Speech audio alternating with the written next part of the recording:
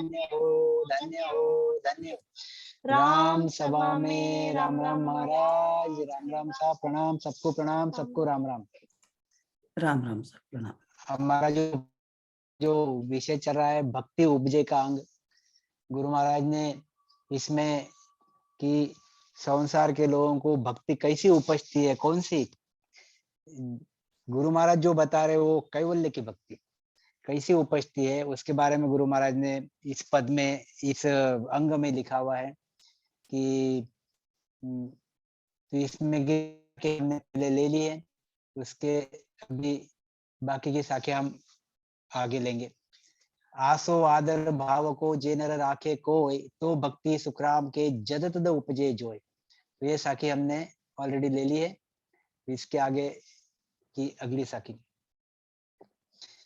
जो भी साखियां यहाँ बता रहे हैं, उस साखी में गुरु महाराज जो भक्ति, कौन सी भक्ति उपजने की बात बता रहे हैं कि गुरु महाराज के सतस्वरूप परमात्मा की भक्ति जो है, सत्य स्वरूप परमात्मा की जो भक्ति है, जो कैवल्य की भक्ति है, यह भक्ति उपजने के बारे में बता रहे।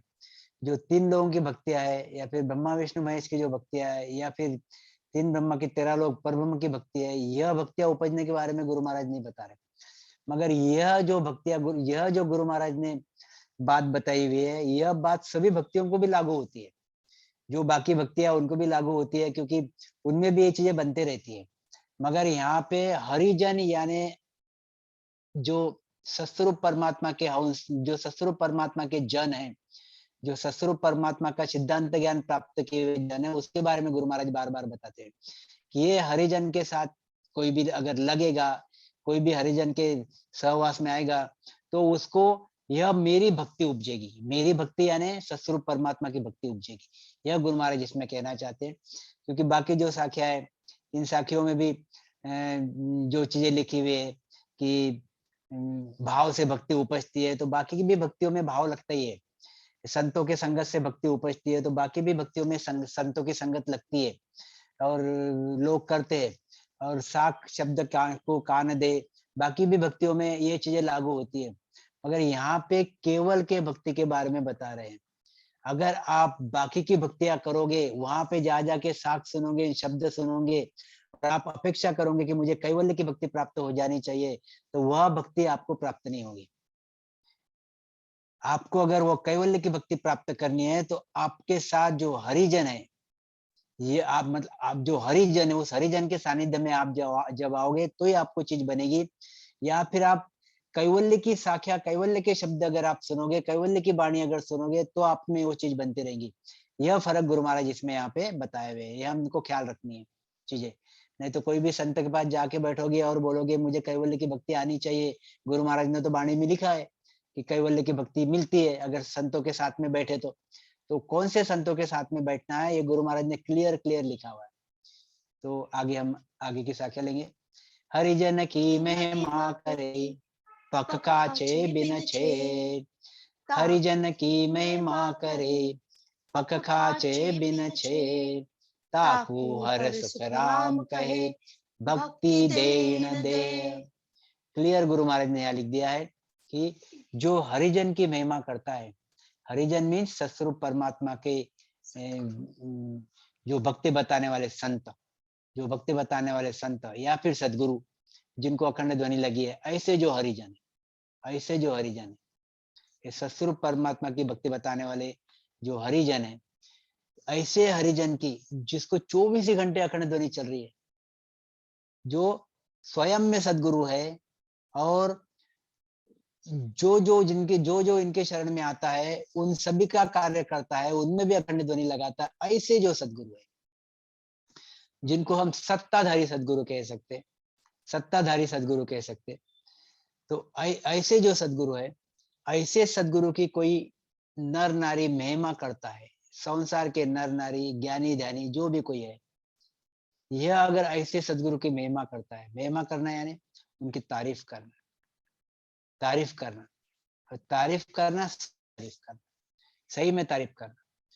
अगर अंदर से अगर कोई तारीफ करता है, अंदर से अगर कोई तारीफ करता है, तो गुरु महाराज कहते हैं पक खाचे बिना छे, और बिना कोई म्हणजे उनका पक्ष भी लेते हैं, उनका पक्ष भी लेते हैं। बहुत बार क्या हो जाता है कि जैसे संत बैठे हुए हैं और कुछ लोग उनसे थोड़ी सी वादावादी कर लेते या फिर थोड़ी सी विरोध कर लेते या फिर उनका व्यू उनका उनकी विचार सरणी मानते नहीं, समझने की कोशिश नहीं करते। तो ऐसे वक्त बहुत बार जो नर नारी रहते जो संतों की भाषा को समझते भी या समझने की कोशिश भी करते और सामने वाले को समझाने की कोशिश करते कि इतना भारी संत आपके पास आया हुआ है, इतना पराक्रमी संत आपके पास आया हुआ है, आप उसका विरोध करते हो। ये सतस्वरूप परमात्मा की बातें कर रहे, इतना भारी संत आपके पास आया है और हरिजन की महिमा करते, ऐसे संतों की महिमा करते और खुद उनकी तारीफ तो करते हैं और उनके साइड में खड़े रहते, उनके पास, उनके बाजू में खड़े रहते डट के, उनकी में उनका पक्ष लेते हैं। गुरु महाराज कहते हैं, ऐसा अगर कोई हंस करता है, ऐसा अगर कोई नर नारी करता है, तो ताकू हर सुखराम के भक्ति दे न दे। गुरु महाराज कहते हैं, ऐसे नर नारी को इसी देह में भक्ति प्राप्त हो जाती, इसी देह में भक्ति प्राप्त हो जाती, भक्ति प्राप्त हो जाती। भक्ति प्राप्त होना है क्या? होना है क्या कि यह इसी देह से इस सतस्वरूप परमात्मा की भक्ति धारण करना चालू कर देता, धारण करना चालू कर देता, मतलब भक्ति में जुड़ जाता, भक्ति में सम्मिलित हो जाता, भक्ति करना चालू कर देता, रामस्मरण करना चालू कर देता, ज्ञान सुनना चालू कर देता, उसको अच्छा लगने लग जाता। यह चीज बनती है। अगर ऐसा गुरु महाराज यहाँ कहना चाहते, भक्ति दे न दे, और जैसे ही वो भक्ति करेगा, स्मरण करेगा, स्मरण भजन करेगा, तो इसी शरीर से उसको बीज भी मिल जाता है, मतलब नयनचर की प्राप्ति भी हो जाती है। एक बार गुरु महाराज के शरण में चले गए और निज मन से भक्ति धारण कर लिए और निज मन से रामस्मरण करने लग गए, तो आपके घट में अंकुर, नए अक्षर का अंकुर आपको प्राप्त हो जाता है, नए अक्षर की प्राप्ति आप में हो जाती है। और यही गुरु महाराज कहते हैं, इसी शरीर में हो जाती है। और इसी शरीर में आने, अब उसको मतलब यह नए अक्षर की प्राप्ति करने के लिए युगों तक बाकी भक्तियां कर करके युगों तक भटकते भटकते कभी कभी संतों शरण में आता है आदमी, यानी इतना टाइम जाता।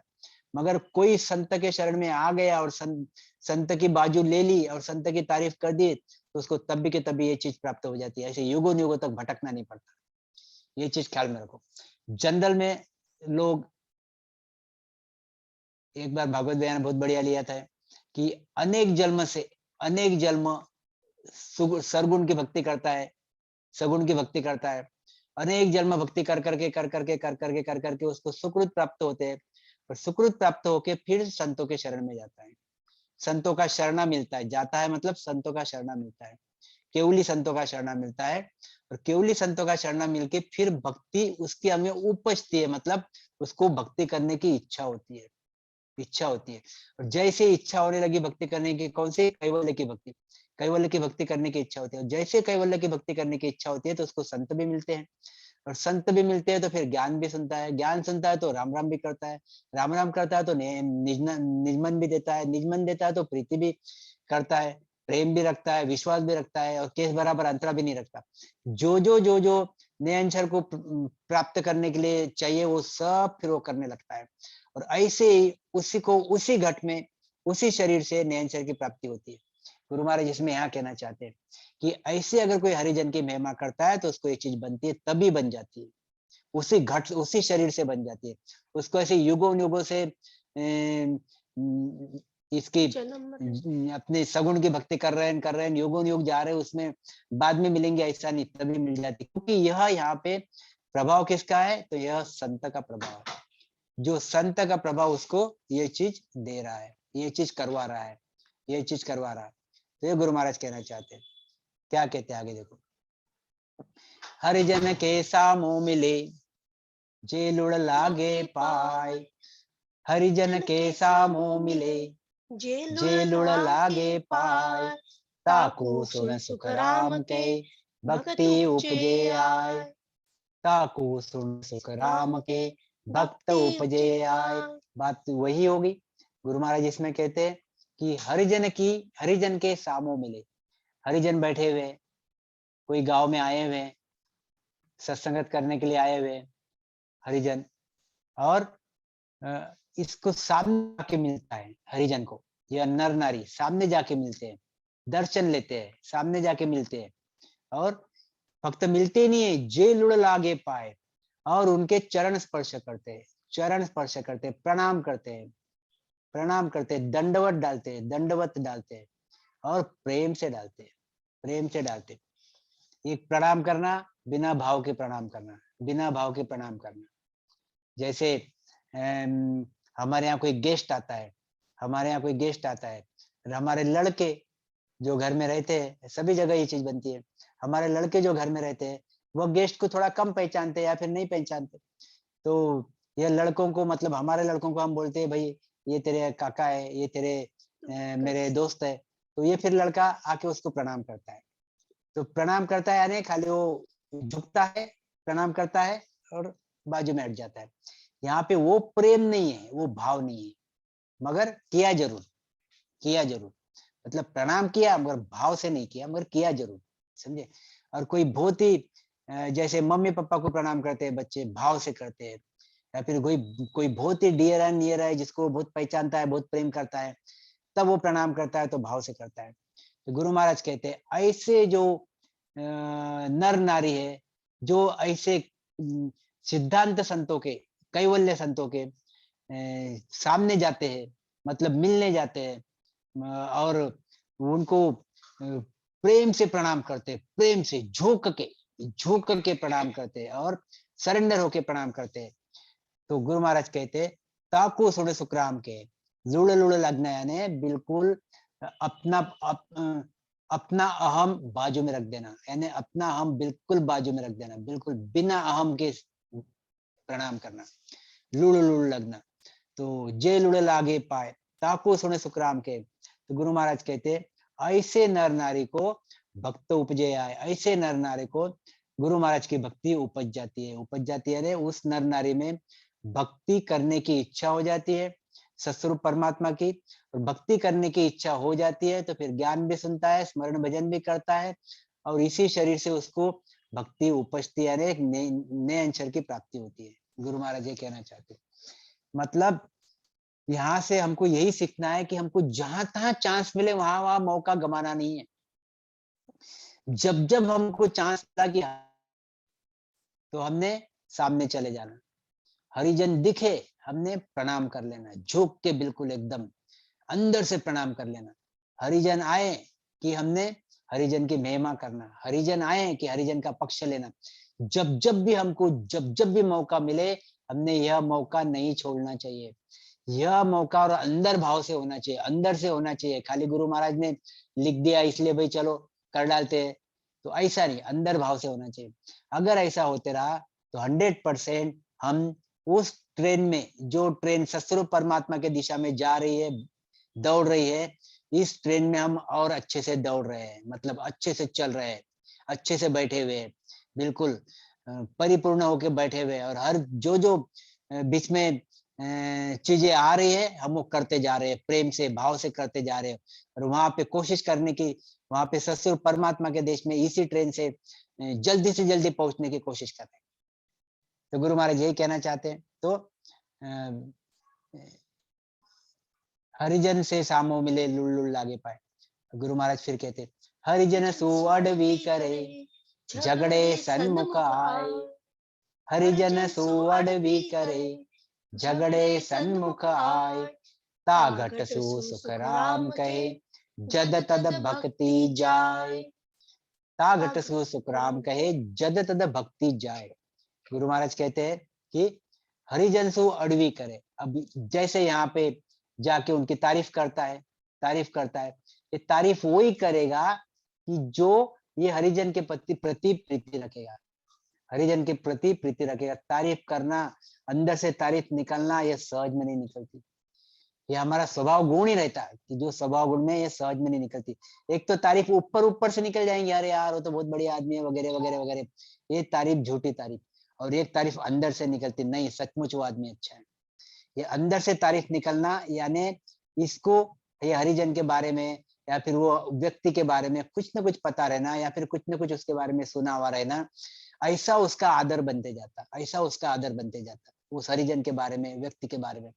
तो गुरु महाराज कहते, जो हरिजन से अड़वी करे, और जो कोई कोई हरिजन से अड़वी करता है, वो कुछ तो भी हरिजन के बारे में सुन लेता है आड़ा टेढ़ा, सुन लेता है आड़ा टेढ़ा, इधर से उधर से, जो अनवांटेड एलिमेंट से सुन लेता है, और फिर वो दिमाग में रख लेता है वो चीजें, और फिर हरिजन से अड़वी करता है। अड़वी करना यानी उसकी निंदा करेगा, वो जो बोलता है उसको काटेगा, वो जो हरिजन जो बोलते हैं उनकी बात नहीं मानेगा, उनकी बात को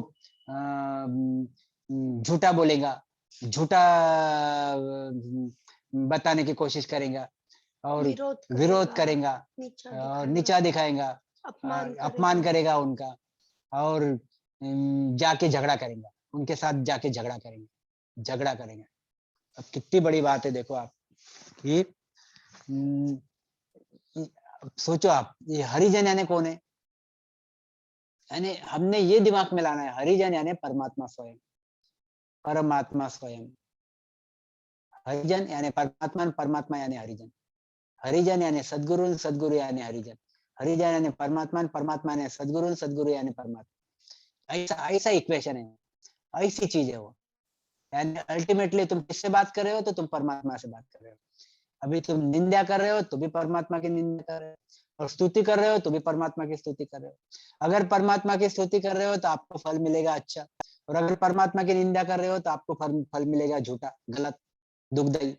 सीधी सी बात है, ये सबको समझ में आती कि परमात्मा की निंदा करने से झूठा काम, झूठी झूठी चीजें बनती। इसलिए संसार में एक भी कोई ऐसा आदमी नहीं होगा कि जो बोलेगा नहीं यार परमात्मा की निंदा करनी चाहिए। जो नास्तिक रहते उनकी बात अलग है, जो आस्तिक है वो कभी ऐसा नहीं सोचेंगे कि परमात्मा की निंदा करनी चाहिए, हमेशा परमात्मा की तारीफ ही करते।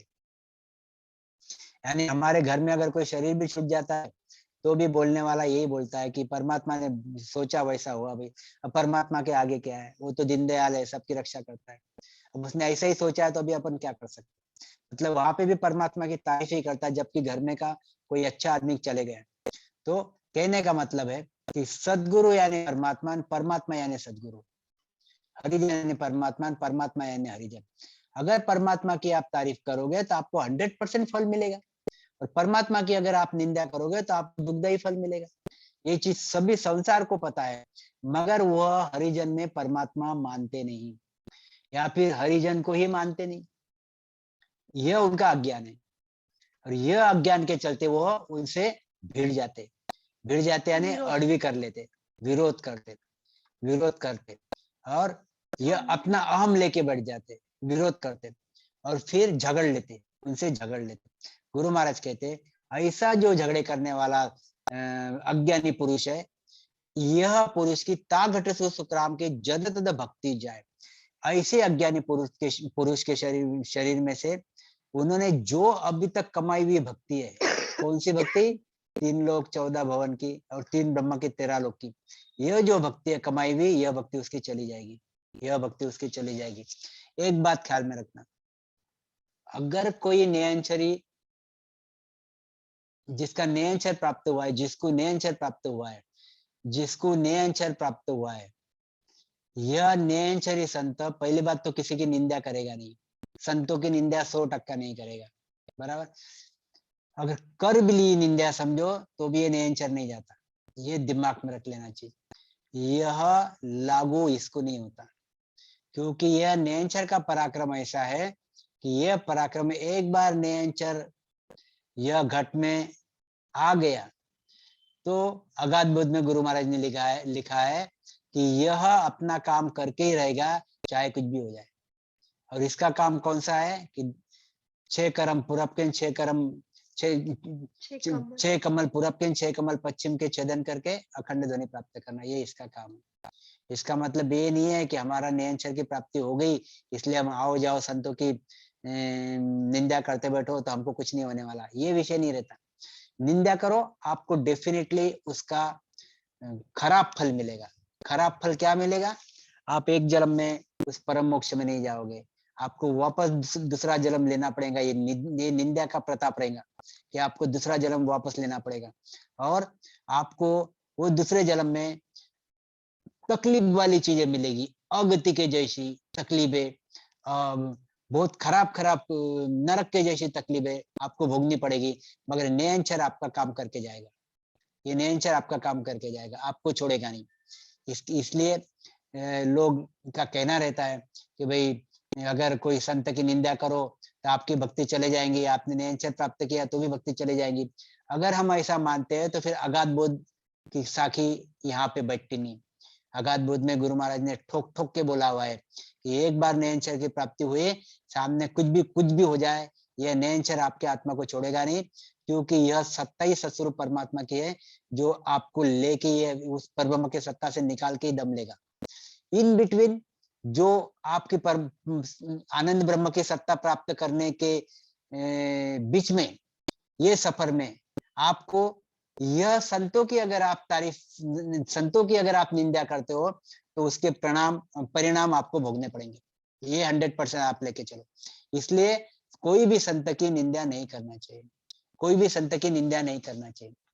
मैं तो यहाँ तक बोलूंगा, सही बोल रहा हूँ कि गलत पता नहीं, मेरे अपने अपने व्यूज है कि जो नयनचरी संत है और जिसकी अखंड ध्वनि चल रही है, मत भले ही अलग अलग हो, विचार भले ही अलग अलग हो, हमने रेस्पेक्ट करना चाहिए, हमने आदर करना चाहिए, हमने आदर करना चाहिए। क्योंकि हम जो आदर कर रहे हैं वो अभी हम यहाँ पे नयनचर का आदर कर रहे हैं, ये आदमी का आदर नहीं। ये आदमी कौन है? ये 5 तत्वों का शरीर है, मगर इसके अंदर नयनचर बैठा हुआ है, इसके अंदर कुदरत कला बैठी हुई है, जिसका हम रात दिन आदर करते।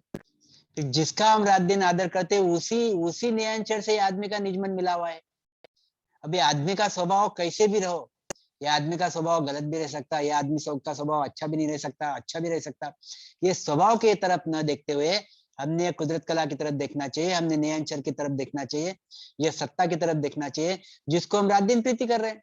और रात दिन प्रीति कर रहे हैं इसलिए तो राम राम कर रहे हैं और नयनचर की प्राप्ति करने की इच्छा कर रहे हैं। तो यह यहाँ पे फिर गलत बात हो जाती।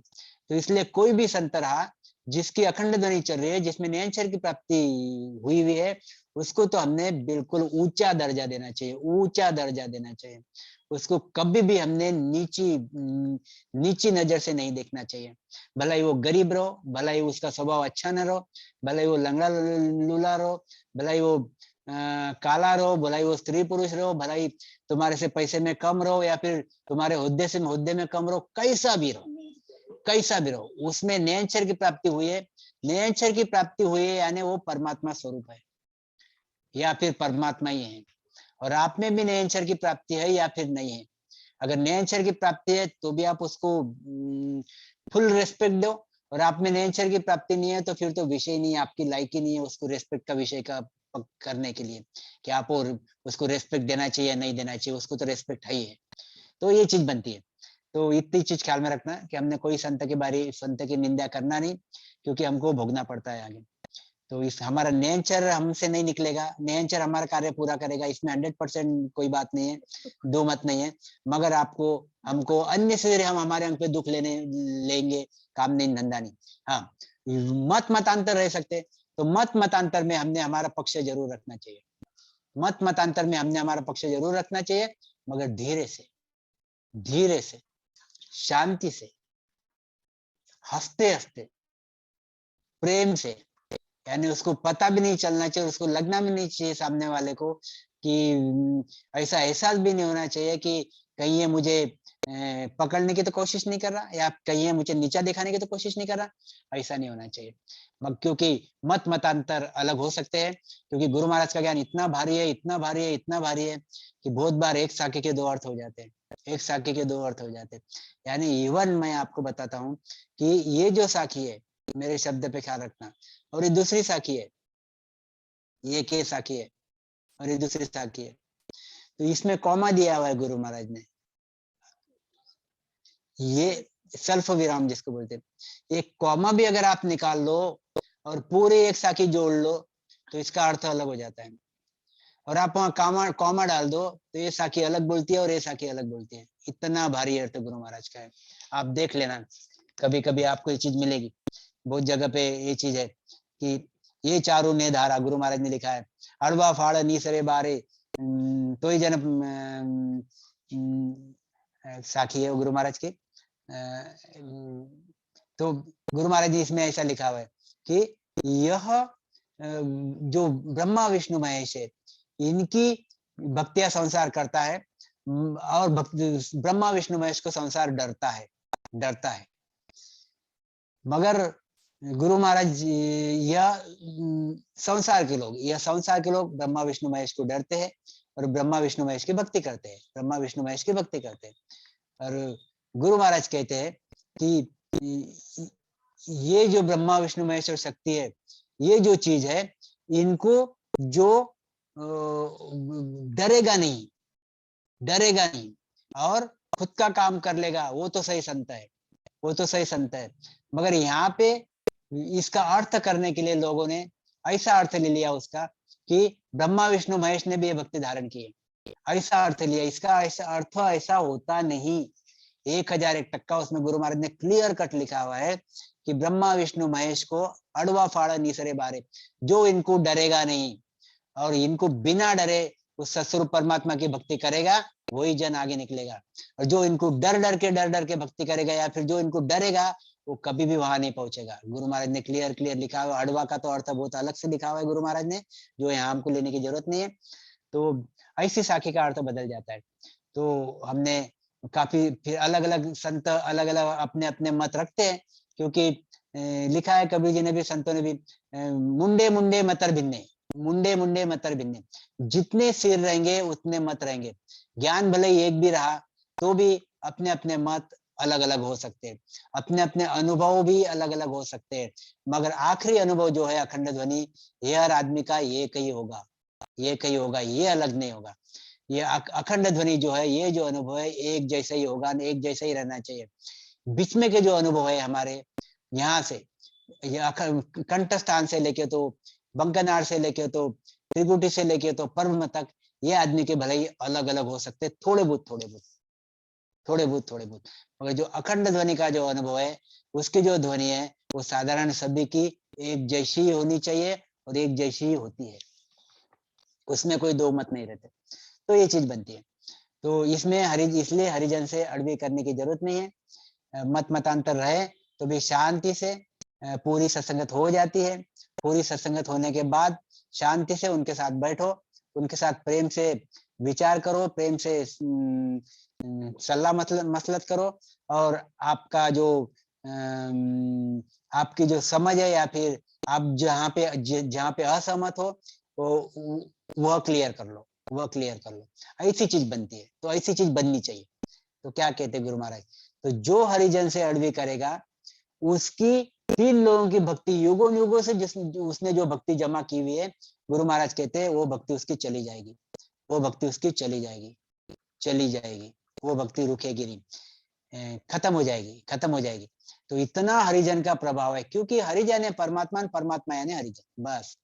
तो परमात्मा से नाराजी लोगे आप, परमात्मा को नाम रखोगे तो आपको तकलीफ मिलेगी मिलेगी। तो ये गुरु महाराज इसमें कहना चाहते हैं। क्या कहते हैं, भूलो चूको आन के जे मेले प्रसाद, भूलो चूको आन के जे मेले प्रसाद, या गुण सो सुख राम के छूटे विष जुग बाद, या गुण सो सुख राम के छूटे विषय जुग बाद। क्या कहते गुरु महाराज, वही चीज, भूलो चूको आन के। अगर कोई नर नारी है, यहाँ पे गांव में संत आए हुए या फिर किसी के घर में संत आए हुए, घर में संत आए हुए, हरिजन आए हुए, हरिजन आए हुए, और ये नर नारी, इनका भी घर है गांव में।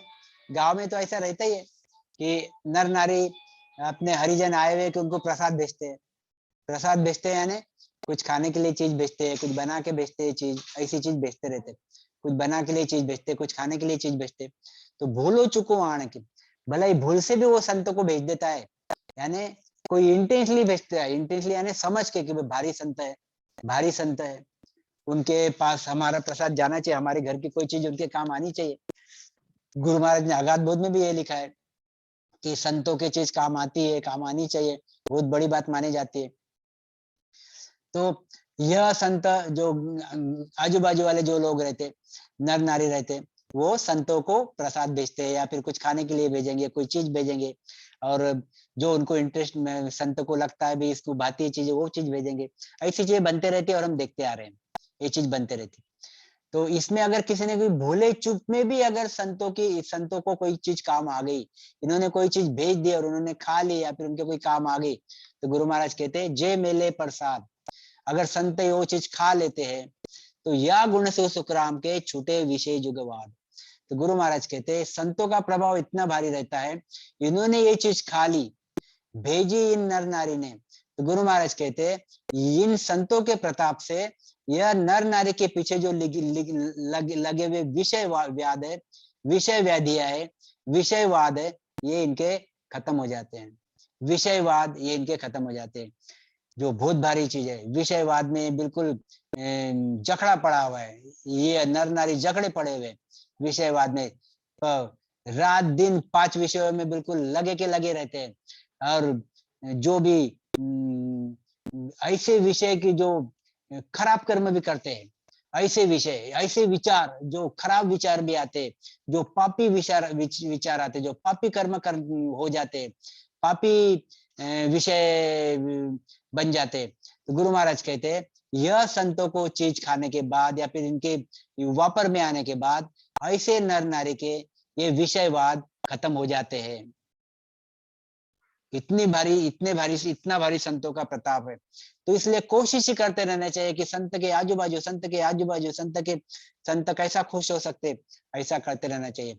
मगर एक बात ये भी चीज ख्याल में रख लो, बिल्कुल दिमाग में रख लो, संतों के आजू बाजू में रहना, संतों की सेवा करना, संतों की हर चीज करते रहना, मगर ये सब करते करते खूब निज मन से राम राम राम राम करके निज मन दे के नयनचर की प्राप्ति करना, ये भी जरूरी है। या फिर खाली संतों के आजू बाजू रहोगे, संतों की तारीफ करोगे, संतों की महिमा करोगे और संतों की क्या बोलेंगे तुम, सेवा भी करते रहोगे, सब करते रहोगे, फिर भी गुरु महाराज ने एक जगह लिखा हुआ है कि जब तक तुम निज मन देते नहीं, जब तक तुम नयनचर, जब तक तुम प्रेम से राम राम करते नहीं, जब तक तुम परमात्मा पे या नयनचर निजनाभ पे विश्वास रखते नहीं, तब तक आपको चीज बनती नहीं, तब तक नयनचर की प्राप्ति होती नहीं। मगर संतों के साथ आप रहोगे, हमेशा हमेशा संतों की सेवा करते रहोगे, तो ऑटोमेटिकली विश्वास आता रहेगा। ऑटोमेटिकली आपको संत के बारे में या फिर भक्ति के बारे में, क्योंकि अगर ये सही संत है, और सही संत पे विश्वास रखना है, सही संत की बात गुरु महाराज बता रहे, अगर वो सही संत है तो रात दिन बात वही करता कौन सी, परमात्मा की बात करता। उसके अंदर, घट के अंदर से शब्द कौन से निकलते, परमात्मा के शब्द निकलते, और परमात्मा के सत्य वचन निकलते, और सत्य वचन इस पे बिल्कुल बाण के जैसे लगते रहते, और बाण के जैसे लगते रहते हो तो यह भी विचार करने लग जाता कि नहीं यार बात तो भारी है, करना तो स्मरण ही चाहिए, तो ऑटोमेटिकली वो स्मरण करने लग जाता है ऑटोमेटिकली। इसलिए देखना, आप कभी भी, हम अगर सत्संगत में जा रहे हैं, 2 चीजें देख लो आप, एक आप सत्संगत में जा रहे हैं, एक सत्संगत में जा रहे हैं, और एक शादी में जा रहे हैं, एक शादी में जा रहे हैं, एक शादी में जा रहे हैं, और एक सत्संगत में जा रहे हैं। अब सत्संगत में सत्संगियों का इधर उधर घूमना फिरना, सत्संगियों, जहां वहां सत्संगी, जहां यहाँ सत्संगी, यहाँ सत्संगी, यहाँ सत्संगी, यहाँ रामस्नेही, यहाँ केवली सत्संगी, यहाँ हरिजन, ये देखो, यह सत्संगत के साथ भी सत्संगी में आप बैठे हो, मतलब आप पे प्रभाव किसका आ रहा है, सत्संगियों का। तो ऑटोमेटिकली आपको इनको देख देख के आपके मुंह से राम राम राम राम चालू हो जाता है। ये बोलते हैं कि आज ही सदगुरु सुखराम जी महाराज ने धन्य हो, तो आपके भी हाथ ऊपर चले जाते हैं, धन्य हो। ये बोलते हैं कि भाई अभी 10 मिनट बैठ के सब राम राम करेंगे, तो आप भी बैठ के राम राम करना चालू कर देते हो। तो ऐसी चीज बनती धीरे धीरे, इसलिए सत्संगत आपको अटेंड करना ही है। और आप शादी में जाते हो, तो बनती क्या चीज, या ढोल तमाशे रहते हैं, या जोर जोर से बैंड बाजे बजते, बिल्कुल डीजे बजते रहता, जैसे वो डीजे बजने लगा आपके भी पैर हिलने लग जाते, आप भी डोलने लग जाते, आप भी थोड़ा सा इधर उधर डांस करने लग जाते, आपके भी मुंह से गानों के शब्द चालू हो जाते, गाने चालू हो जाते, ये चीज बनती। ख्याल में आई चीज, ये निकामी बातें जो 10 लोग यहाँ पे बैठ के इधर उधर की बातें करते, मारी मासी ऐसी, मारी काकी ऐसी, मारो नानो ऐसो, मारी दादी ऐसी, आप भी उसमें सम्मिलित हो जाते और आप भी बातें चालू कर देते। तो अब यहाँ पे भक्ति का विषय और यहाँ पे माया का विषय, कितना फर्क, एक नर इधर गया, एक नर शादी में गया, तो संतों के साथ अगर हम रहेंगे तो हमारा भला ही होगा, और समाज के साथ अगर हम रहेंगे तो हमारे ऊपर कर्मों का बंधन बढ़ते रहेगा, कर्मों का बंधन चढ़ते रहेगा, जो हमको आगे भोगना पड़ेगा। और संतों के साथ रहेंगे तो हम कर्मों का बंधन हमारा खत्म होते रहेगा, छूटते रहेगा, हम निकर्मी के दर बढ़ते रहेंगे। इतना भारी फर्क है। इसलिए हमने सोच के ही हर चीज करते रहना। यही गुरु महाराज जहां वहां कहते हैं। क्या कहते हैं? तो भूलो भूलो चूको आण के जे मिले प्रसाद, ये तो हो गई विषय। हाँ, हरिजन जहाँ चर्चा करे, गुरु महाराज कहते हैं हरिजन जहाँ चर्चा करे जे देखण को जाय। हरिजन जहाँ चर्चा करे जे देखण को जाय। यहाँ सुन सुख राम कहे भक्त उपजे आए। यहाँ सुन सुख राम कहे भक्त उपजे आए। गुरु महाराज कहते हैं हरिजन जहाँ चर्चा करे, बात वही है, हर जगह पे बात वही है। हरिजन के प्रभाव में रहो, हरिजन के प्रभाव में रहो, हरिजन के प्रभाव में रहो। हरिजन यानी परमात्मा, परमात्मा यानी हरिजन, यानी परमात्मा के सानिध्य में रहो। हरिजन जहाँ चर्चा करे, अगर हम लोग जैसे सत्संगत में जाते हैं जहाँ, तो ये देखने में आता है वहां पे कोई संत साधु आते हैं बड़े वाले, वो संत साधु जो अखंड ध्वनि जिनकी चलती है, यह भक्ति बताते हैं, तो फिर भक्ति हो गई, मतलब सत्संगत लेते हैं और सत्संगत हो गई, तो फिर आजू बाजू उनके आजू बाजू लोग बैठ जाते हैं कि हमको भी बताओ स्मरण भजन, हमको भी बताओ स्मरण भजन, कैसे स्मरण करना चाहिए, हमको भी स्मरण भजन सिखाओ। और फिर अलग अलग प्रकार के इन लोगों के प्रश्न रहते हैं, तो प्रश्न लेके बैठ जाते हैं, तो प्रश्न का ये हरिजन उत्तर देते रहता है, जितना उसको आता उतना उत्तर देता, कोशिश करता अंदर से, अंदर के भाव से उत्तर देने की, कि भाई यह जो लोग है, इन लोगों के कैसे भी शंका है, ये शंका निवारण हो जानी चाहिए, और मैं जो भक्ति कर रहा हूँ गुरु महाराज की, गुरु महाराज का ज्ञान ये भी धारण करना चाहिए, और गुरु महाराज के शरण में आने चाहिए। यह इनका, यह संतों का अंदर से यह इंटेंशन रहता, अंदर से यह स्वभाव बन जाता कि ऐसा इनका होना चाहिए। तो जब ये जो नर नारी है संत के पास आते और इनसे चर्चा करते, हरिजन जहाँ चर्चा करे, अब यहाँ चर्चा चल रही है, यहाँ चर्चा चल रही है, और यह कोई नर नारी यह इधर बैठे हुए है, इधर बैठे हुए हैं, बहुत पेंडाल में तो बहुत लोग बैठे हुए रहते, भाई यहाँ पे भी ग्रुप बन गया है, चर्चा चल रही है, तो कोई यहाँ से उठ के आ गया और उठ के आके यहाँ पे आके बैठ गया, चर्चा सुन रहा, और हरिजन को देखने के लिए आया, भाई इतना भारी आदमी है, बढ़िया सत्संगत किया और इतने लोग उसके पास बैठे हुए, तो ये भी देखने आ गया, यह भी चर्चा सुनने आ गया। हरिजन जहाँ चर्चा करे जे देखण को जाए, ये देखने के लिए आ गया। यहाँ सुन सुख राम कहे भक्त उपजे आए। अब किसके किसके सानिध्य में आ गया? ये ये परमात्मा के सानिध्य में आ गया।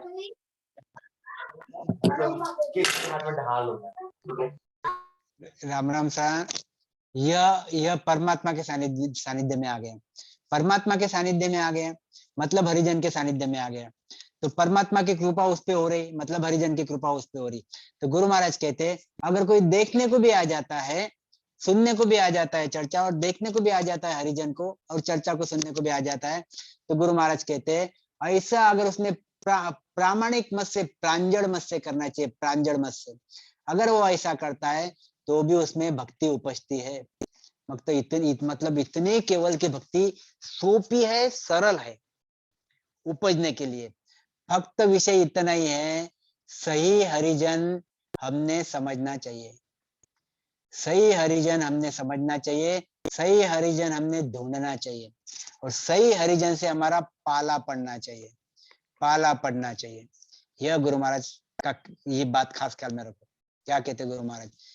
को गति यारो हो यके जन को देखे, यहाँ तक गुरु महाराज ने बोल दिया, को गति यारो हो यके जन को देखे आन, या गुण सुख राम के जद तद पलटे बाण, या गुण सुख राम के जद तद पलटे बाण। गुरु महाराज कहते को गति यारो हो यके, यानी भाई यहाँ पे हरिजन बैठे हुए हैं, यहाँ पे सत्संगी बैठे हुए हैं, चर्चा चल रही है, विचार चर्चा चल रही है, बैठे हुए, और कोई ऐसा घूम रहा इधर उधर पेंडाल में, और क्या भाई क्या चल रहा है यहाँ पे, तो को गति यानी सहज में, यानी बस ऐसे ही हंसी मजाक में हरिजन के पास आ गया, या फिर हरिजन को देखने आ गया, हरिजन को देखने आ गया, जन को देखे आए, हरिजन को देखने आ गया, हरिजन के पास आ गया।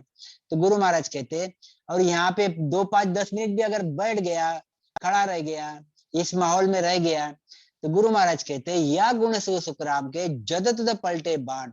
गुरु महाराज कहते इसकी जो वाणी है, इसके जो विचार है, जो अभी तक थे उसके विचार, गुरु महाराज कहते हैं ये हरिजन के पास आने के बाद इसके विचार पलट जाते हैं, इसकी वाणी पलट जाती है, इसका बोलने का संतों के प्रति, इसका बोलने का कैवल्य ज्ञान ज्ञान के प्रति, परमात्मा के प्रति विचार बदल जाता है, अच्छा विचार बन जाता है, अच्छा विचार बन जाता है। जद तद पलटे बाण, यानी पहले वो संतों को नाम रखता था, पहले वो संतों की निंदा करता था, पहले वो संतों के पास जाता नहीं था, मगर संतों के पास चले गया, संतों के पास चले गया, संतों के साथ 10 मिनट 20 मिनट आधा घंटा बिता दिया, यहाँ क्या चल रहा है यह चर्चा सुन ली। गुरु महाराज कहते जब को गति आरो देख के, जब हो गया वहां पे तो सुनेगा भी, गया वहां तो वहां के हाव भाव भी देखेगा, गया वहां पे तो इनको भी देखेगा, ये क्या क्या प्रश्न करे उनको भी देखेगा, इनका उत्तर क्या मिल रहा है, कैसे समाधानी हो रहे, कैसे राम राम करे वो भी चीज देखेगा, बात तो बनेगी। क्या वहां आंखें बंद करके थोड़ी वहां खड़ा रहने वाला है, कान बंद करके थोड़ी खड़ा रहने वाला है, हो गति यारो हो एक। जैसे सहज में भी अगर चले जाता है मजाक मजाक में देखने के लिए, तो भी यह संत का पराक्रम उस पे आ जाता है, आ जाता है, ये चीज बनती है। तो या गुण से सुखराम के जद पलटे बाण, तो इसके मुख में से भी गुरु महाराज के प्रति, मतलब हरिजन के प्रति, सत्संगत के प्रति अच्छी बात बनती है, अच्छी बात। इसलिए लिखा है सत्संगत सत्संगत पल की भली, बहुत बढ़िया गुण करती है करके लिखा हुआ है गुरु महाराज ने। तो सत्संगत पल की भी भली रहती है। क्या कहते गुरु महाराज, ले प्रसादी संत की करे टेल भो भात, ले प्रसादी संत की करे टेल भो भात, या गुण सु सुख राम के उपजे लिव की खात, या गुण सु सुख राम के उपजे लिव की खात। देखो कितनी बढ़िया चीज यहाँ पे भी गुरु महाराज ने लिखा है, यह संत है। भाई आगे की स्टेज, अब आगे की स्टेज बताई गुरु महाराज ने कि यह संत है, यह संत की प्रसादी लेता है। कौन? यह नर नारी, यह नर नारी, इसको हम शिष्य भी बोल सकते हैं, शिष्य भी बोल सकते हैं, नर नारी प्रसादी लेता है, यानी यह जो ज्ञान बता रहे हैं, यह ज्ञान प्रसादी, यह ज्ञान प्रसादी, यह ज्ञान प्रसादी अगर ये नर नारी लेता है और करे टेल भो भात, और ज्ञान प्रसादी ले रहा, फिर ज्ञान प्रसादी ले रहा तो उसको अच्छा लग रहा, अच्छा लग रहा तो उसको संत के बारे में भाव बन रहा, भाव बन रहा तो संत की सेवा करना चालू कर रहा, संतों की सेवा करना चालू करता, और बहुत बहुत प्रकार की सेवा करता। सेवा आदमी तभी करता कि जब उसको वो आदमी पसंद आता, सेवा आदमी तभी करता कि जब उसको आदमी उस पे भाव आता, अपने से वो उस आदमी को बड़ा मानता, भाव आता, अच्छा मानता, तभी सेवा करता। तो गुरु महाराज कहते करेल टेल भो भात, तो यह ऐसा नर नारी जो भाव से यह अलग अलग प्रकार से यह संत की सेवा करता है और संतों का ज्ञान सुनता है। गुरु महाराज कहते हैं या गुण से सुखराम के, ऐसे गुण से अच्छे से मतलब प्रसाद लेना, अच्छे से ज्ञान सुनना, प्रसाद लेना यानी अच्छे से ज्ञान सुना, और संत की सेवा करना यानी संतों के सानिध्य में रहना। जब कोई ऐसा करता है तो गुरु महाराज कहते हैं उसको उपजे लिव की खात, तो उसको लिव की खात, लिव की खात यानी लिव बंद भजन होना, लिव बंद भजन होना, बंद भजन भजन होना, लिव की खात यानी इसमें यह लिव की खात यानी बहुत बड़ी चीज गुरु महाराज ने लिखी हुई है। और हमारे भक्ति में लिव बहुत बड़े मायने रखती है, बहुत बड़े मायने रखती है, मायने रखती है।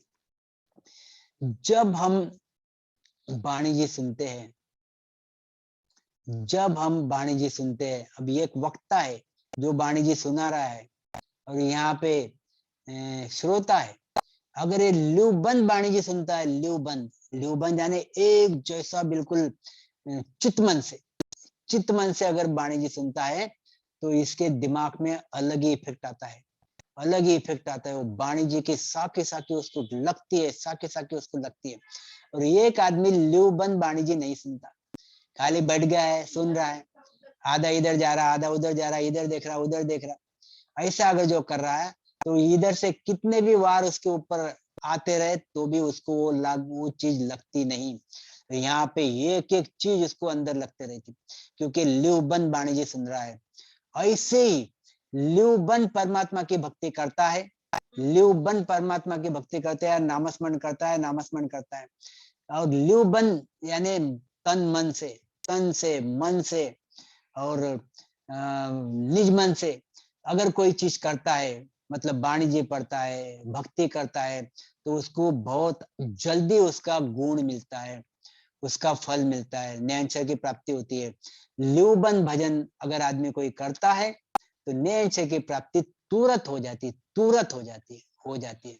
बहुत संत बोलते हैं कि हमको तो नैनचर की प्राप्ति हुई नहीं, तो राम राम जरूर करते हैं, राम राम जरूर करते हैं, मगर ल्यूबंद भजन नहीं होता। ल्यूबंद भजन होना यानी तुम्हारा यह जो शब्द है, इस शब्द पे यह सूरत लगनी, और इस मन पे यह श्वास पे मन लगना, ये सूरत और शब्द का मेल, सूरत शब्द का मेल और मन और श्वासा का मेल, ये जब एक साथ बढ़िया हो जाता है, जब तुमको तुम्हारे शरीर का भी भान नहीं रहता, तुमको तुम्हारे शरीर का भी भान नहीं रहता, तुम्हारे आजू बाजू क्या चल रहा है ये भी तुम्हारे समझ में नहीं आता, यानी तुमको उसका भान नहीं रहता, वो चीज तुमको ख्याल में नहीं रहती। बस तुम्हारा राम राम राम राम राम राम राम राम शब्द पे ख्याल और श्वास पे ख्याल, इसको ल्यूबंद भजन बोलते हैं। तब तो प्रेम आता जोर से, और प्रेम आता जोर से, और प्रेम आता जोर से, और ऐसा लगता बस यहाँ से उठे ही नहीं। और तब फिर तुम्हारी आंखें बंद हो जाती है कड़क, और बस यही यही यही यही गेम चल रहा है, यही यही यही यही गेम चल रहा है, आगे आगे आगे आगे गेम चल रहा है, आगे आगे आगे आगे गेम चल रहा है, ऐसे बंद लगता। यह बंद लगता पहला, ऐसे ही लगता, यह फिर और बाद में बंद लगता नाभि में, फिर इधर भी बंद लगता, ऐसे ही लगता। ल्यू बंद भजन जितना ज्यादा होता उसमें बंद लगते रहता। खास सहज में बंधन लगाने से बंद नहीं लगता, बंधन लगाने से बंद नहीं लगता। वह बंधन ल्यूबंद भजन जब तुम करते हो तब तुमको चीज बनती है, क्योंकि तुम्हारी पोजीशन क्या हुई तुमको समझता ही नहीं, तुम्हारी कैसी पोजीशन हुई वो समझता ही नहीं। अब तुम यहाँ पे बंकनाड़ के स्थान पे जा रहे हो, तब तो तुम्हारा पूरा का पूरा मन निज मन तुम्हारा यहीं पे रहता है, यहाँ पे शब्द चल रहा है, तुम्हारा पूरी जितने भी तुम्हारी इंद्रिया बोलो, जितने भी तुम्हारी शरीर की एक्टिविटीज है, हर चीज यहाँ पे केंद्रित होगी, यहाँ पे केंद्रित होगी। इसलिए ये जो पीठ है ये पीठ पीछे चली जाती और मुंडी तुम्हारी पीछे चली जाती, ऐसे टाइप का बंद लगता, क्योंकि तुमको दूसरी चीज समझ में नहीं आ रही। और जैसे ही तुम्हारा वहां से ल्यू बंद भजन छूट गया, ये तुम्हारा बंद ऑटोमेटिकली खुल जाता, और 5 मिनट बाद, 10 मिनट बाद, 20 मिनट बाद तुम उसमें से खुला हो जाते हो। और 20-20 मिनट, 25 मिनट कभी ये बंद खुलता नहीं, यहाँ से उठने की इच्छा नहीं होती। अगर तुम स्मरण भजन कर रहे हो बहुत अंदर से और नाभि की तरफ देख रहे हो, नाभि की तरफ देख रहे हो, नाभि की तरफ देख रहे हो, ये जो तुम्हारी जिसको हम बोलेंगे दाढ़ी, ये जो दाढ़ी है, ये दाढ़ी बराबर तुम्हारी छाती पे लग जाती। ऐसा आदमी बिल्कुल ऐसा नीचे मुंडी करके भजन करने लग जाता, नीचे मुंडी भजन करने लगता है, वो मुंडी ऑटोमेटिकली नीचे हो जाती। तुम उसको नीचे नहीं ला रहे हो, नीचे हो, क्योंकि तुम्हारा वो भान ही नहीं है तुम क्या कर रहे हो। तुम्हारा भान पूरा नाभि के ऊपर अटका हुआ है, नाभि के ऊपर तुम्हारा ख्याल है। ऐसे ही जब त्रिकुटी में भजन करते हो तो पूरा तुम्हारा त्रिकुटी पे यहाँ पे भजन चालू रहता है, तो पूरा का पूरा तुम्हारा विषय वहां पे आता है, पूरा तुम्हारा कंसंट्रेशन यहाँ पे रहता है।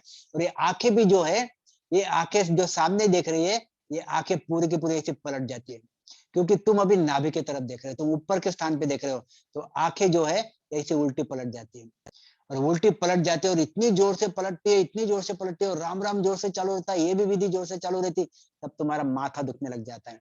और ये माथा दुखता कब? फिर जब सही में तुम वहां से निकल गए, फिर और माथा दुखता तुम्हारा, तुमको एहसास होता कि मेरा माथा दुख रहा है करके, और आंखें लाल हो जाती, क्योंकि तुमने पूरा का पूरा कंसंट्रेशन आंखों से, मतलब सूरज से तुमने कहाँ किया, यह त्रिकुटी पे किया या फिर ऊपर के स्थानों पे किया, तब ये चीज बनती।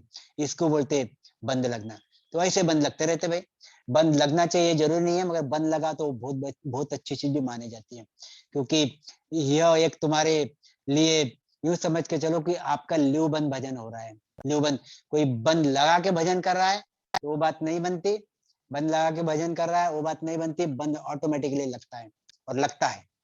तो गुरु महाराज ये चीज कहते हैं कि उपजे ल्यू की खात, ल्यू की खात उपजना बहुत बड़ी चीज है। कितने ही राम नहीं है, राम राम राम राम करे, राम राम राम राम करे, राम राम राम राम करे, मगर ल्यू ही नहीं लगी। उनका शुभ शब्द शब्द सूरत का मेल ही नहीं बटता, और श्वास और मन का मेल ही नहीं बटता, बस राम राम करे राम राम करे। उनको फिर आनंद नहीं आता, और आनंद नहीं आया तो आधा घंटा राम राम करते, 1 घंटा राम राम करते, 1.5 घंटा राम राम करते, फिर बोर हो जाते, फिर उठ जाते हैं वहां से, फिर दूसरे दिन वापस बैठने की उनकी इच्छा होती नहीं। अगर ल्यूबंद भजन अगर हुआ तो वो ऐसा लगता वापस कि मैं रात दिन भजन ही करते रहूं, रात दिन भजन ही करते रहूं, ये चीज बनती, बहुत प्रेम आता। तो ल्यूबंद भजन करने के लिए हमने हमेशा कोशिश करते रहना चाहिए, कोशिश करते रहना चाहिए। और कोशिश होती कैसे, देखो यहाँ पे आ गया, ले प्रसादी संत की वाणिज्य पढ़ो, खूब वाणिज्य पढ़ो, दररोज वाणिज्य पढ़ो, दो साख्या पढ़ो, 4 साख्या पढ़ो, 10 साख्या पढ़ो। वहां चालो जहां कर मन लागे, कालन गाले गे, मनन करो क्या गुरु महाराज ने लिखा है। अरे वहां चालो जहां कर मन लागे, कालन गाले घेरो। ये 24 घंटे हमारे पीछे काल पड़ा हुआ है, ऐसे देश में जाओ वहां पे काल आता ही नहीं। तो ऐसा जब तुम्हारे इसमें मनन होगा रात दिन, एक एक साखी लो बिल्कुल आप, कि सुर जाने लो, सुर जाने लो, साखी लो, उस पे बोलो कि उस पे विचार करो कि ये कैसे रक्षा करते देवी देवता हमारे। अरे लोग देवी देवताओं की भक्ति करते हैं, रात दिन उनके पीछे लगते हैं, और देवी देवता हमारी रक्षा करते हैं, आजू बाजू खड़े रहते हैं। तो कैसी रक्षा करते, जब तुम ऐसी साख्या पढ़ोगे, ऐसी साख्या रात दिन मनन करोगे, ऐसा विचार मनन करोगे, तो आप पे ऑटोमेटिकली ल्यू लगते रहेंगी। संतों की सत्संग सुनोगे, संतों के वचन के साथ हमेशा रहते रहोगे, खूब राम राम राम राम करते रहोगे, रात दिन परमात्मा को याद करते रहोगे, ल्यू ऑटोमेटिकली लगेंगे। हम आधा घंटा कभी तो भी सत्संग सुन लेते, वाणी जी पढ़ते ही नहीं, 10-15 मिनट नेम है भाई इसलिए भजन करने बैठ गए, तो इसमें ल्यू लगती नहीं और प्रेम आता नहीं। ल्यू धीरे धीरे लगती, प्रेम भी धीरे धीरे आता।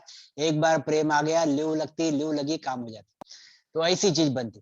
तो ले प्रसादी संत की, यहाँ पे प्रसादी कौन सी लेनी है आपको, अब संत नहीं मिले, संतों का ज्ञान सुनो, बहुत वीडियो आते हैं आजकल, बढ़िया बढ़िया मस्त, संतों का ज्ञान सुनो, सबके पास वाणी है, एक एक साखी उठा के देखो, एक एक साखी उठा के देखो, साखी पे मनन करो, तो ये भी चीज बनती, ऐसी ल्यू लगती। और जहां जहां संत मिलते हैं कोशिश करो संतों के साथ रहने की, तो ये चीज बनती है।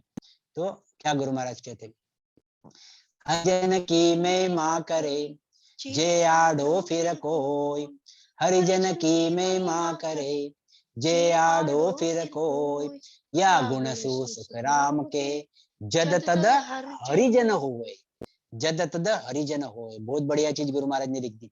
इसलिए मैं बोला कि संतों के साथ रहते रहो, संतों के साथ चलते रहो, संतों का ज्ञान आजू बाजू हमारे कान पे पड़ते रहना चाहिए। तो ये चीज रखो, हरिजन की महिमा करे, हरिजन संत परमात्मा सदगुरु, इनकी कोई नारी महिमा करता है, हरिजन की महिमा करता है।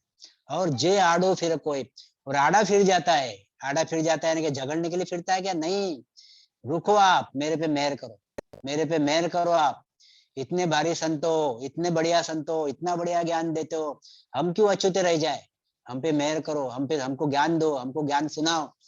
इतना अंदर से जो बोलता है हरिजन की महिमा करे, आप तो बहुत भारी हो, बहुत बढ़िया हो, महिमा करे यानी वो गुण को समझते हैं हरिजन के, हरिजन के पास बहुत भारी गुण है, ये समझते हैं, और समझते हैं तभी महिमा करते हैं, और महिमा करते तभी आड़े फिरते हैं, नहीं तो लोग निकामे नहीं है। हरिजन यहाँ पे घूम रहे हैं, जा रहे रास्ते से, और रास्तों पर के लोग निकामे उनके आड़ू फिर रहे हैं और महिमा कर रहे हैं, कोई फिरता नहीं, कोई महिमा करता नहीं। गुरु महाराज ने लिखा है, गुरु महाराज ने लिखा है, जब तक कोई जड़ी बूटी का गुण समझता नहीं, जब तक कोई जड़ी बूटी का महत्व समझता नहीं, उसका पराक्रम समझता नहीं, तब तक लोग वो जड़ी बूटी को पैर के नीचे खूनते हैं, वो पैर के उसके ऊपर पैर देके चले जाएंगे, क्योंकि उसका महत्व उसको पता नहीं। और जिस दिन उसका महत्व उसको पता चल गया, वह जड़ी बूटी जेब में ले लेंगे, साथ में ले लेंगे, उसको इधर उधर नहीं डालेंगे। ऐसे ही यह संतों का महत्व जिनको जिनको समझता, वो डेफिनेटली हरिजन की महिमा करते हैं। तो जे आड़ो फिर कोई, और ये संत जो हरिजन की महिमा करता, वो जो नर नारी भी है, वो नर नारी भी वैसे ही भाग्यशाली है, भाग्यशाली है। तो हरिजन की महिमा करे जे आड़ो फिर कोई, आड़ा हो जाता कि नहीं मुझे बैठो यहाँ पे, मुझे पहले भक्ति बताओ, मुझे क्या है चीज बताओ। तो या गुण से सुखराम के जद तद हरिजन हो, जो ऐसा करेगा कि आड़ा हो जाएगा, मुझे भक्ति बताओ, आप मेरे पे मेहर करो, आप इतने बढ़िया चीज हो, जो ऐसा करेगा उस पे वो तो हरिजन होगा ही होगा, वो तो हरिजन होगा ही होगा, क्योंकि उसको उस चीज की तलफ लगी हुई है, उस परमात्मा को मिलने की, परमात्मा में जाके विलीन होने की। तो ये उसको तलफ लगी हुई, नयन की प्राप्ति की, भक्ति की प्राप्ति की उसमें तलफ लगी हुई है, उसमें अंदर से भाव आ रहा है, और भाव आता है इसलिए वो आड़ा होता है, नहीं तो बिना भाव आए हुए कोई आड़ा होता नहीं। तो जद हरिजन हो, ऐसे संत, ऐसे हंस, ऐसे नर नारी हरिजन होते हैं, खुद भी ये हरिजन के जैसे होते हैं। मतलब यह नयन की प्राप्ति करते हैं, 6 कमल पूरब के, 6 कमल पश्चिम के छेदन करते हैं और अखंड ध्वनि लगाते हैं।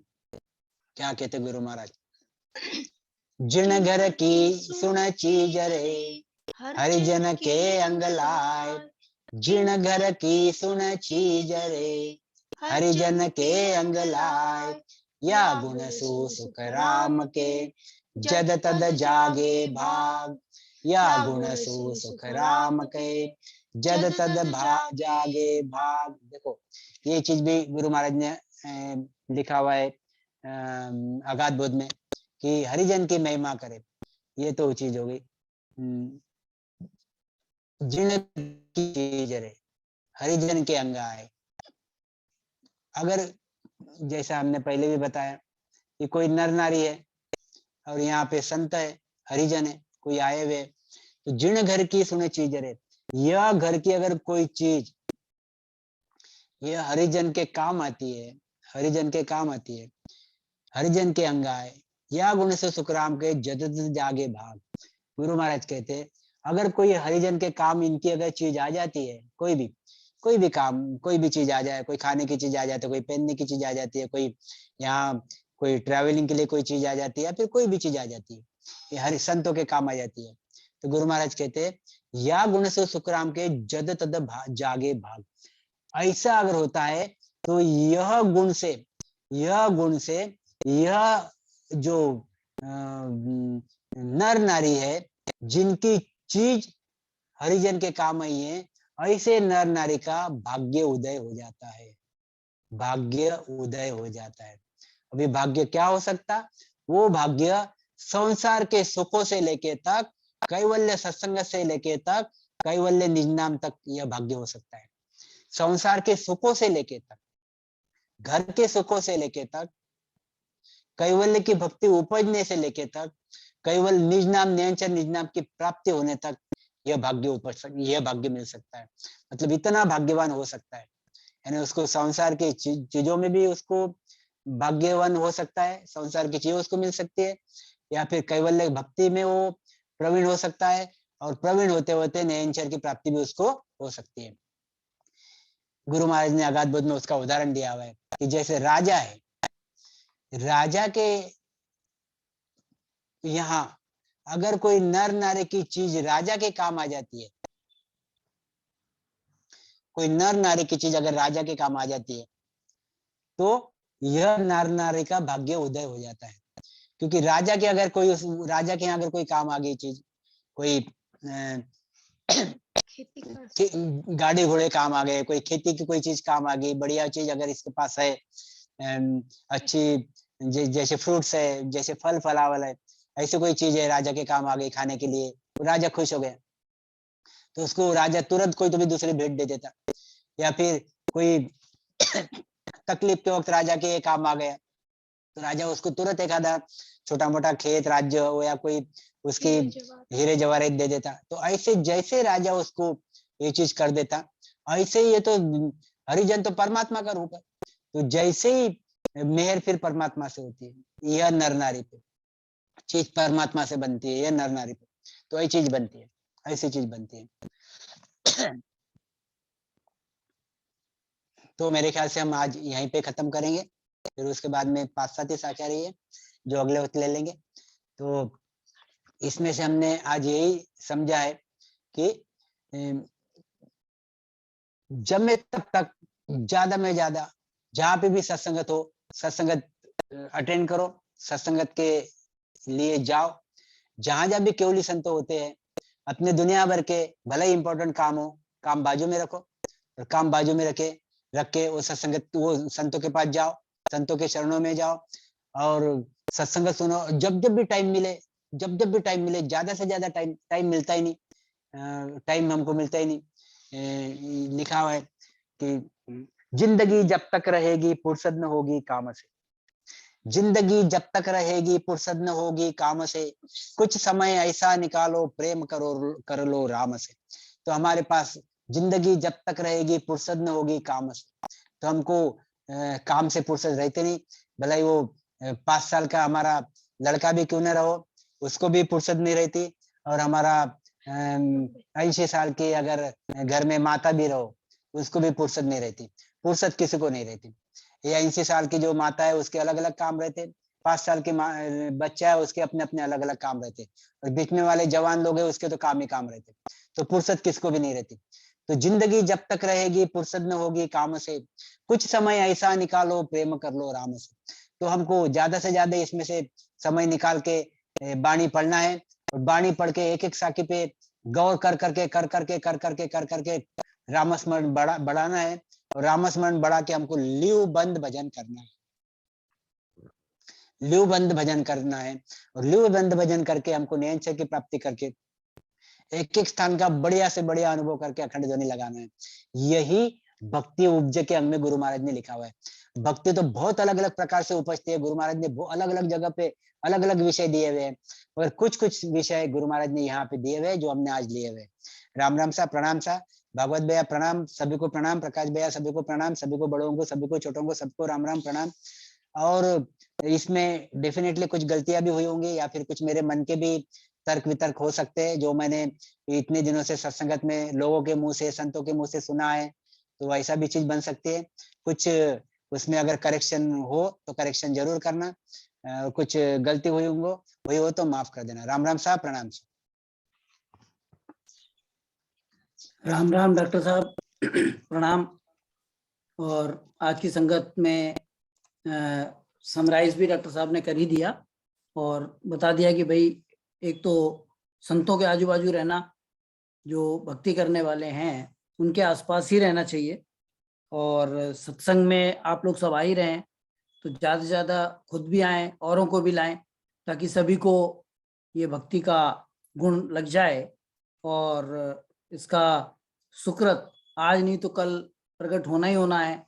और किसी न किसी तरह से सभी को ये गुरु महाराज का ज्ञान मिले और सब उस तरफ जाएं, यही सब हम लोगों की इच्छा रहती है। तो उसमें लगे रहना है।